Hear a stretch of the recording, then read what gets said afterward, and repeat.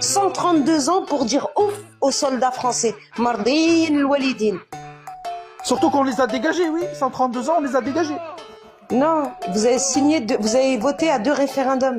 Ah si, ben si, on les a dégagés, on les a sortis du pays. Comment vous les avez dégagés? Ben, c'est à toi de me dire, on les a dégagés, oui ou non? Non. Non? C'est sûr, un Marocain, il va dire non. Bah non, c'est pas sûr, c'est l'histoire. Mais moi, je suis en train de te dire qu'on les a dégagés. Bah oui, bah comment? Comment? Et 1962, ça te dit quelque chose? Qu'est-ce qui s'est passé en 1962? Ben l'indépendance, là on les a sortis, allez dégagez. Ouais. Et comment vous les avez sortis? Plus aucun Français ne se trouve ici, allez dégagez. Comment vous les avez sortis? Comment? Ben grâce à nos 1 million de chouedas. D'accord. Il y avait combien de soldats français qui sont morts? Ah, je sais pas, peut-être on en a tué 100 000 ou 200 000, je sais pas. Même pas, il y en avait 22 000, mais admettons qu'il y en a même 200, même 300 000. Quand d'un côté t'as 1,5 million de morts et de l'autre côté il y a 300 000, qui a gagné? Ouais, mais au final on a eu... Je sais pas, tu ramènes les gars de ton quartier, je ramène les gars de mon quartier. Chez vous on fait 50 blessés, chez moi vous en faites 10. Qui a gagné la bagarre? Oui, je suis avec toi, c'est les 50. C'est celui qui a fait les 50 blessés qui a gagné, donc c'est moi. En tout cas, on les a sortis. Je les avais pas sortis. Vous avez eu... Je vais t'expliquer, regarde, écoute bien. Avant que l'Algérie, elle obtienne, et c'est pas son indépendance, c'est son autodétermination, De Gaulle, il a dit à la télé, d'accord, et on peut vous le retrouver, on peut tout montrer. Il a dit à la télé, je veux sortir de l'Algérie. Mais il a dit, je veux garantir 2 choses.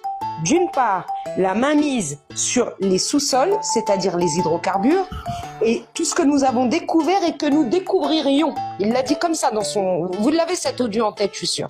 Tout ce que nous avons découvert et que nous découvririons. Ça, c'est la première chose.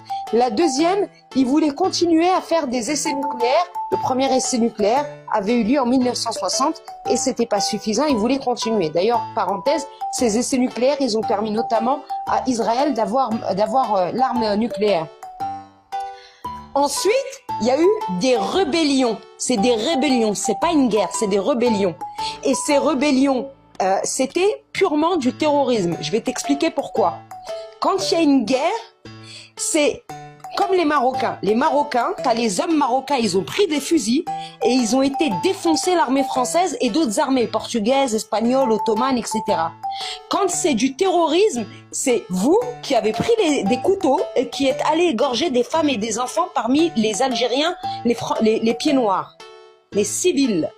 Donc déjà, vous, c'était pas une guerre, c'était des attentats terroristes, y compris sur le sol français. Ça, c'est la première chose. Là, De Gaulle, il a dit, on va négocier. On fait un référendum. Et suite au référendum, vous aurez l'indépendance, l'autodétermination en l'occurrence, et nous, on va garder la main mise sur le sous-sol et continuer nos essais nucléaires. Vous n'avez pas voulu. Donc, il y a eu ces attentats. À la fin de ces attentats, une fois qu'il y a eu 1,5 million de chouedas, qu'est-ce que vous avez fait? Vous avez voté 2 référendums. Ces référendums, il y avait écrit « Voulez-vous que l'Algérie devienne un État indépendant coopérant avec la France selon les accords du 19 mars 1962 ?» Il y a quoi dans les accords du 19 mars 1962? Les essais nucléaires et la mainmise sur les hydrocarbures. Ce que ça veut dire concrètement, écoute bien. Ça veut dire que vous auriez pu être indépendant avant 62 sans qu'il y ait 1,5 million de chouedas. Ça veut dire concrètement, je simplifie encore, parce que toi aussi t'es pas le couteau le plus aiguisé du tiroir, que vos 1,5 million de chouedas, ils sont morts pour rien. Enfin, sauf prendre la poussière dans une armoire métallique au musée de l'Homme à côté du Trocadéro. Parce que ce pourquoi les chouedas se sont battus, ils ne l'ont pas obtenu. Par contre, ce pourquoi les Français vous ont défoncé, ils l'ont obtenu. T'as capté la subtilité du truc ou pas?